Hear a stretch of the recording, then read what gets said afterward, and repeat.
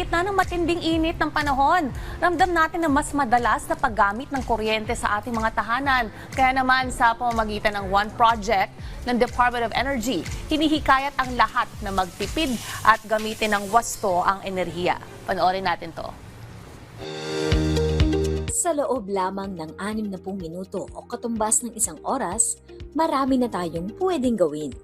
Mula sa panonood ng isang episode ng K-drama, pag-attend ng isang subject class, pag-workout, hanggang sa paggamit ng cellphone. Ngunit higit pa sa mga ito, mas magiging makabuluhan kung ilalaan natin ang isang oras para sa pagtitipid ng kuryente.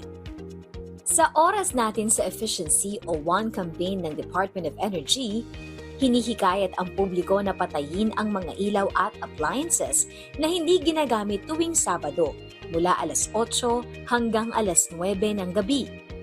It just takes 1 hour to practice energy savings habits every Saturday, but let's make this habit every week and into a lifestyle po. Suportado ito ng private sector na sinabing maliban sa kanilang matitipid sa konsumo, malaki rin ang maitutulong nito sa kalikasan.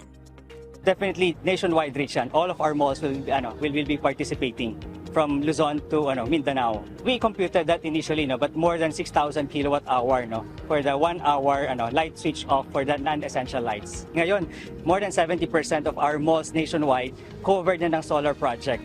Handa ring magbigay ng oras ang mga celebrity para sa energy conservation campaign na ito. Inaanyayahan po namin kayo na maging proactive po sa pag-save ng energy natin. It takes 1 hour. Why not every day, di ba? Malay mo maging family bonding activity siya at home. We can get creative with it. Even if di nyo ginagamit, it still consumes energy. So, in little ways, we can make big changes. Sana po maging habit natin and para makatulong na rin tayo kay Mother Nature. Ayon sa ulat ng DOE, sa nakaraang Earth Hour ay nakatipid ang bansa ng mahigit 145 megawatts sa loob ng isang oras. Katumbas ito ng pagpapailaw sa halos 1 milyong kabahayan. Binigyan din naman ni DOE Secretary Sharon Garin na ang energy efficiency ay hindi lamang simpleng pagtitipid, kundi isang pambansang prioridad. Totoo, malayo ang mararating ng isang oras na pagtitipid mo ng kuryente. Huwag mong hayaang masayang ang 1 sa 24 na oras na mayroon ka kada araw. Gamitin ito para kumasa sa 1 hour challenge ng DOE.